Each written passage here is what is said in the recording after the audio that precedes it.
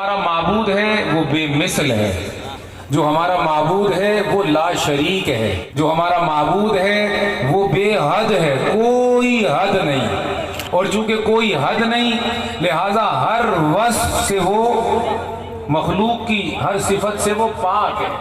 تو سبحانہ وہ پاک ہے، سبحانہ وہ بے حد ہے، سبحانہ وہ لا شریک ہے، سبحانہ وہ ہر مثال اور مثل سے پاک ہے۔ تو اس کا بے مثال ہونا تقاضا ایمان، اس کا لا شریک ہونا تقاضا ایمان، اس کا پاک ہونا تقاضا ایمان، اس کا بے حد ہونا تقاضا ایمان۔ تو یہ جو ایمان نے بتایا کہ بے مثل ہے، لا شریک ہے، بے حد ہے، لامحدود ہے، یہ خدا کی قسم ایمان دینے کے لیے وہ خود نہیں آیا تھا، یہ تو معبود کی بات کر رہا ہوں کہ بے مثل ہے، لا شریک ہے، بے حد ہے، پاک ہے، یہ بتانے وہ خود نہیں آیا۔ جو معبود تھا وہ معبود رہا، اس معبود نے اپنی یہ خبریں دے کر اپنے محبوب محمد کو بھیجا۔ تو جب اپنے محبوب محمد کو بھیجا تو اس محبوب محمد نے بتایا آ کر کہ میں گواہی دیتا ہوں وہ بے مثل ہے، میں گواہی دیتا ہوں کہ وہ لا شریک ہے، میں گواہی دیتا ہوں، بہت زیادہ گونج آ رہی ہے، میں گواہی دیتا ہوں کہ وہ بے مثال، لا شریک، بے حد اور پاک، اور جس کی وہ خبریں دے رہا تھا اس خبر والے رب نے اس کی ایک نعت پڑھی اور کہا میرا ایک ہی تو گواہ ہے اور وہ یہ میرا محمد مصطفیٰ ہے، میرا جو گواہ ہے ارسلنا کا شاہدہ، یہی تو محمد مصطفیٰ ہے۔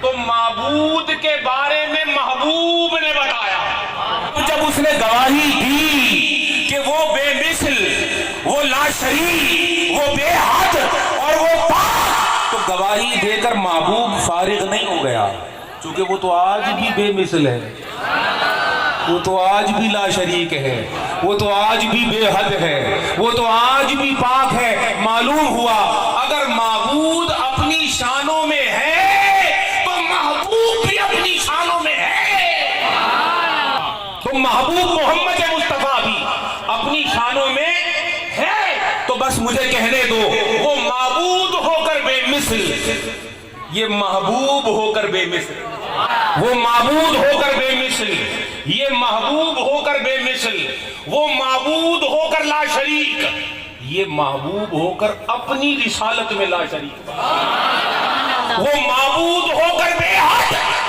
یہ محبوب ہو کر بے حد، وہ معبود ہو کر پاک، یہ محمد ہو کر پاک، اس لیے یہ ہے محمد پاک۔ اور مجھے محسن شاہ صاحب نے کہا کہ مولا علی کی بات کرنا، ہائے ہائے میں کیسے بات نہ کروں مولا علی کی، اس لیے کہ خدا کے بارے میں رسول بتاتا ہے، رسول کے بارے میں مولا علی بتاتا ہے۔ جب تک صوفیاء کا ماننے والا، اولیاء کا ماننے والا، اہل سنت کا مذہب رکھنے والا جب تک مولا علی کا عاشق نہیں ہو جاتا، خدا کی قسم اس کا ایمان پاک نہیں ہوتا، اس کا ایمان لا شریک نہیں ہوتا، اس کا ایمان بے حد نہیں ہوتا، اس کا ایمان بے مثل نہیں ہوتا۔ اور جب اس کا ایمان بے مثل ہو جائے تو وہ ابو بکر کی زبان میں کہتا ہے اے علی میں تیرا چہرہ کیسے نہ دیکھوں، دیکھتا تجھے ہوں، عبادت اس کی کر رہا ہوں۔ یہ صدیق اکبر کا فرمان کہ چہرہ علی کا دیکھتا ہوں، سجدہ خدا کو کرتا ہوں، چہرہ علی کا دیکھتا ہوں، بے مثلیت اس کی پاتا ہوں، لا شریکیت اس کی پاتا ہوں، پاکیزگی اس کی پاتا ہوں، سبحانی اس کی پاتا ہوں۔ ارے کیوں نہ ہو، اس لیے تو آقا دو جہاں صلی اللہ علیہ وسلم نے ہاتھ اٹھا کر فرمایا تھا کہ اب جس کو میرے گھاٹ سے پینا ہو، من کنت مولا فہذا علی مولا، کہ جو مجھ سے فیض لینا چاہے اور لیتا رہے وہ میرے بعد میرے علی کو ولی مانے، جس کا میں مولا ہوں اس کا یہ علی مولا ہے۔ تو پھر مجھے کہنے دیں کہ جب خدائی مٹ نہیں سکتی تو مصطفائی بھی مٹ نہیں سکتی، اور جب مصطفائی مٹ نہیں سکتی تو جو جس رنگ میں جڑا ہے حضور سے، چاہے وہ صحابہ ہوں یا اہل بیت، نہ صحابہ کی صحابیت مٹ سکتی ہے، نہ علی کی ولایت مٹ سکتی ہے۔ ویسے تو یہ وصف ہر صحابی کو حاصل ہے، لیکن چونکہ خصوصیت سے بات مولا کی کرنی ہے، لہذا میں کہہ دوں وہ معبودیت میں بے مثل، نبی محبوبیت میں بے مثل، کیوں نہ کہوں علی ولایت میں بے مثل۔ ارے اگلے پچھلوں میں کوئی دکھاؤ تو صحیح علی جیسا، ارے اگلے پچھلوں میں تم دکھاؤ تو صحیح علی جیسا۔ یہ ناصر مصطفیٰ ہے، یہ مددگار مصطفیٰ ہے، اس معنی میں نہیں کہ محمد اس کی مدد کا محتاج ہے، نہیں، یہ محمد کا محبوب ہے۔ مصطفیٰ چاہتا ہے کہ میں پوری کائنات کی مدد کروں اور علی میری مدد کرے۔ علی کی ولایت میں حضور کی محبت ہے، حضور محتاج نہیں ہے مولا علی کے، لیکن حضور کا اعزاز ضروری ہے علی، حضور کا اعزاز ہے علی۔ اور سنو، حضور کی جو اولاد ہے وہ آل کہلاتی ہے، اہل بیت کہلاتی ہے، لیکن وہ اہل بیت علی کی نسبت کے بغیر نہیں بنتی۔ ایک طرف سے فیض علی کا ہوتا ہے، دوسری طرف سے فیضان بطول کا ہوتا ہے۔ معلوم ہوا چونکہ صوفیاء کی مجلس ہے، تھوڑا کھل کے بول لوں، تھوڑا کھل کے بول لوں۔ ہائے ہائے ہائے، خدا نے ہمیشہ مذکر کا لفظ بولا ہے کہ میں دیتا ہوں، میں پالتا ہوں، میں چلاتا ہوں، میں عطا کرتا ہوں، میں پیدا کرتا ہوں۔ حالانکہ خدا تو مردانیت اور نسوانیت دونوں سے پاک ہے، لیکن پھر بھی جملہ مردانگی کا ہی بولتا ہے۔ حالانکہ عورتوں کا بھی رب ہے، وہ مردوں کا بھی رب ہے، تو مولا کبھی کبھی تانیث میں بات بھی کیا کر۔ یہ تو کہا کہ میں دیتا ہوں، رب نے، میں پیدا کرتا ہوں۔ کبھی خدا نے ایسا کہا کہ میں دیتی ہوں؟ نہیں کہا نا، یہ اس کی شان کے خلاف ہے۔ کبھی کہا نہیں، کہے گا بھی نہیں، حالانکہ مذکر مؤنث دونوں سے بات، مگر جب بات کرتا ہے مذکر ہو کر کرتا ہے۔ ہائے ہائے، مگر چونکہ محبوب نے بتایا کہ معبود بے مثل ہے، تو اس بے مثل رب نے جب بھی لہجہ اختیار کیا مردوں والا کیا۔ ٹھیک ہے، اب ایک لطیف سی بات کرنے لگا ہوں۔ اپنے محبوب کو اس نے مرد بھی دیے، مذکر بھی دیے، مؤنث بھی دیے۔ جب مذکروں کو نوازنا تھا تو علی سامنے آیا، اور جب مؤنث کو نوازنا تھا بطول زہرا سامنے آئی، بطول زہرا سامنے آئی۔ لیکن وہ جو بطول ہے، وہ جو نبی کے گھر کا پھول ہے، ہائے ہائے، وہ جو تطہیر کی چادر رکھنے والی، وہ جو عابدہ، زاہدہ، زکیہ، نفیسہ، طیبہ، طاہرہ، ہائے ہائے، سر کے بالوں سے لے کر پاؤں کے ناخن تک، جس پر پاکیزگی کو بھی رشک آئے، ایسی پاک ہے فاطمہ۔ طہارت بھی جس کے سامنے وعد کر جائے، ایسی طاہرہ ہے فاطمہ۔ اس فاطمہ کو لہجہ دیا مؤنث کا، مگر خدا کی قسم جب بی بی فاطمہ بات کرتی تو کہتی کہ میں آتی ہوں، میں جاتی ہوں، میں نماز پڑھتی ہوں، میں حسن و حسین کی اماں ہوں، والدہ ہوں۔ بات تانیث میں کرتی، مگر خدا کی قسم محبوب مصطفیٰ کی وجہ سے خدا کو اس تانیث یعنی مؤنثہ خاتون سے ایسی محبت ہے کہ بڑے بڑے مرد دنیا ہو یا آخرت اس مؤنثہ خاتون کے سامنے دنیا میں بھی سر جھکاتے ہیں، معاشر میں بھی سر جھکائیں گے۔ اب یہ فیضان علی جو ولایت علی کے ساتھ اور طہارت سیدہ کے ساتھ دو جوہروں میں آگے منتقل ہوا، ایک حسن ہے اور ایک حسین ہے۔ چونکہ بات کو پھیلایا نہیں جا سکتا، سمیٹنا ہے مجھے اور آنا ہے پاک پتن، تو وہ تو بے مثل تھا، لا شریک تھا، بے حد تھا، پھر پاک تھا۔ تو اس نے چاہا کہ میرے محبوب کی محبوبیت کے جلوے، صدیق کی صداقت کے جلوے اور علی کی ولایت کے جلوے یہ تھمے نہیں، آگے بڑھتے رہے، فیض آگے بڑھتا رہے۔ لہذا ولایت علی کا فیض، علی کی مولائیت کا فیض اولیاء اللہ میں آگے منتقل ہوا، شرق سے لے کر غرب تک، شمال سے لے کر جنوب تک، تحت الثری سے لے کر عرش اولی تک، کوئی خطہ ایسا نہیں ہے جہاں ولایت علی کے ڈنکے نہ بجتے ہوں اور جہاں علی کے چلائے ہوئے بچے ولی بن کر نہ چلتے ہوں. کوئی خطہ ایسا نہیں جہاں جوہر ولایت چمکا نہیں. ہر جگہ چمکا. کبھی اس کا نام فیضان غوثیت ہوا, کبھی اس کا نام فیضان اویسیت ہوا, کبھی وہ خواجہ حسن بصری میں چمکا, کبھی وہ فضیل ایاز میں چمکا, کبھی وہ جنید بغدادی میں چمکا, کبھی سری سقطی میں چمکا, کبھی داؤد طائی میں چمکا.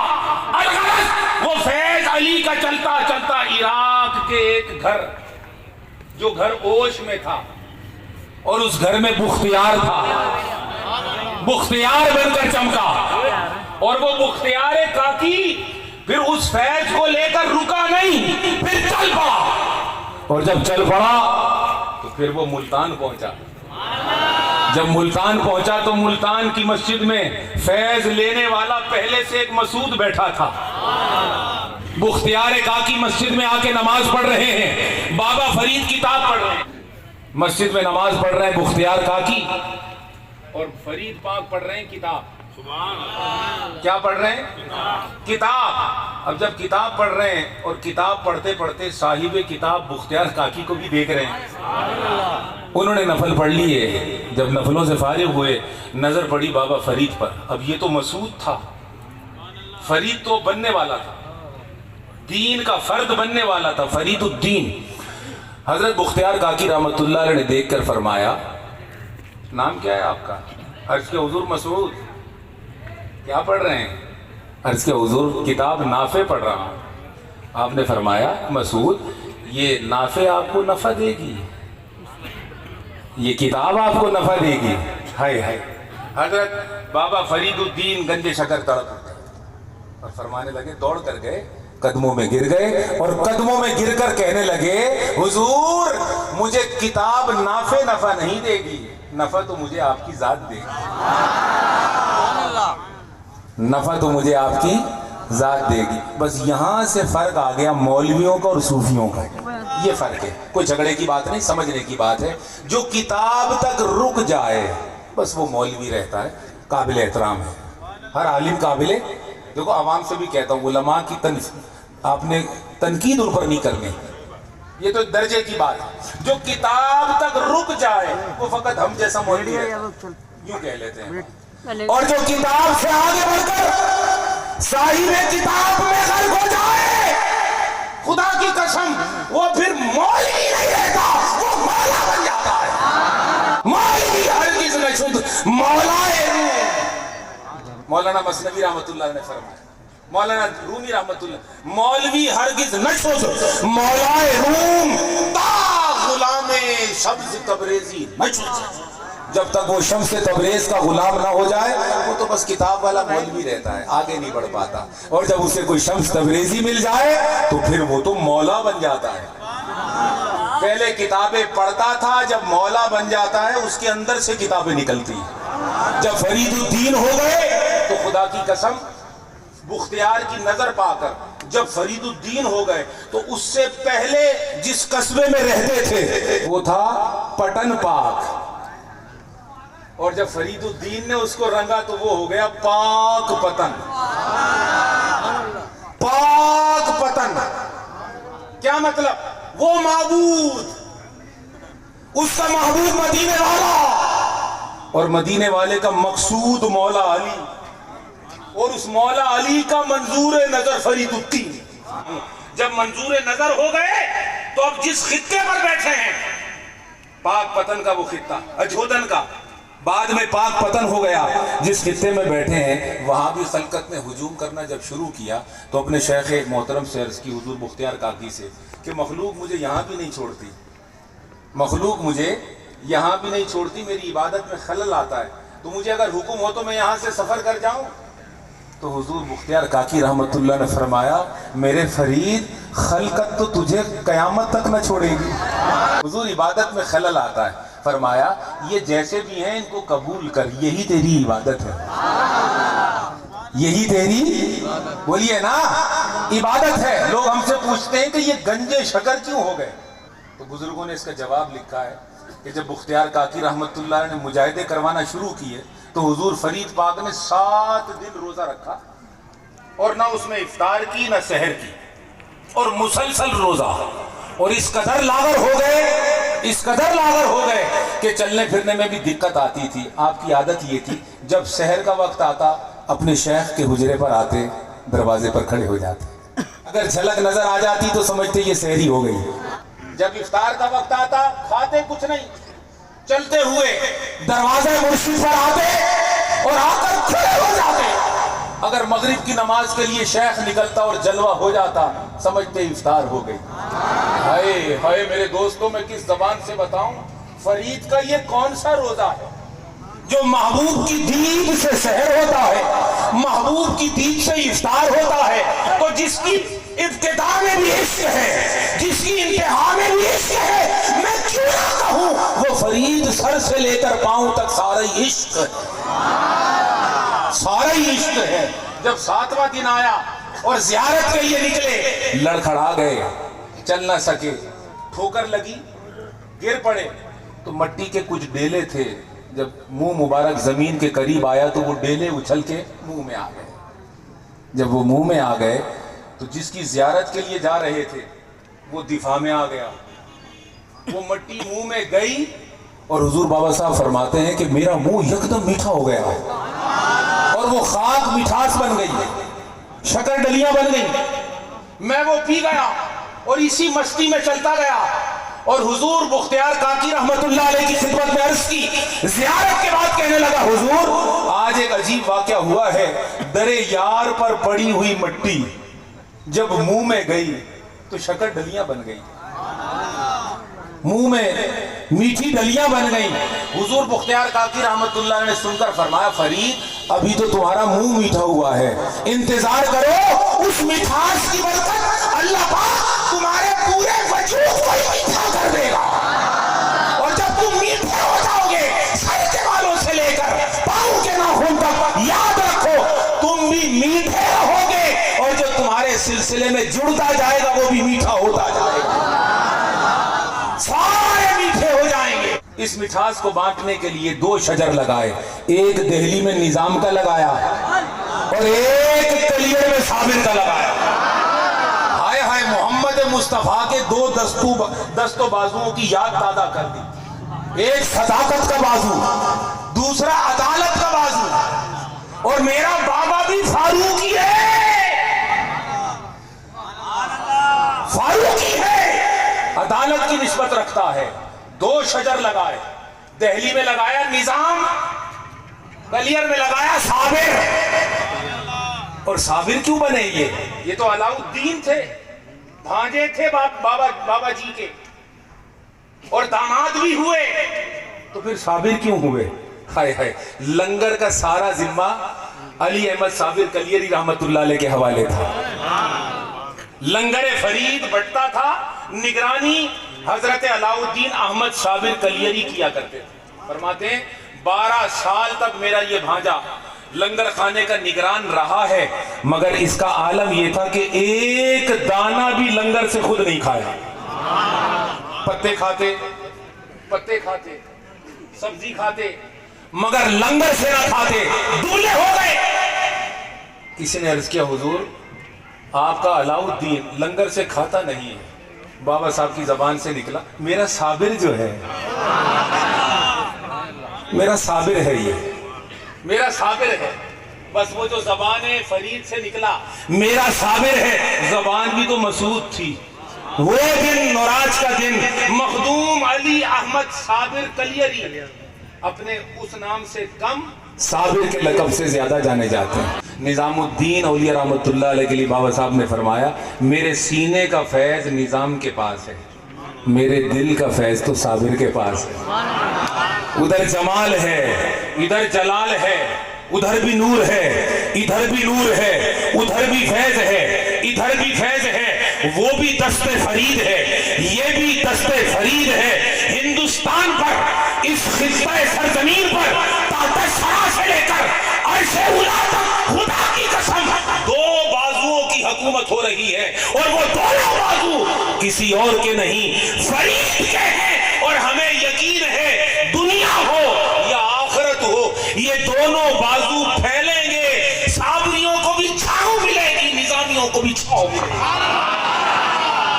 الہی تعبد آستان یار رہے، الہی تعبد آستان یار رہے، یہ آسرا ہے غریبوں کا برقرار رہے۔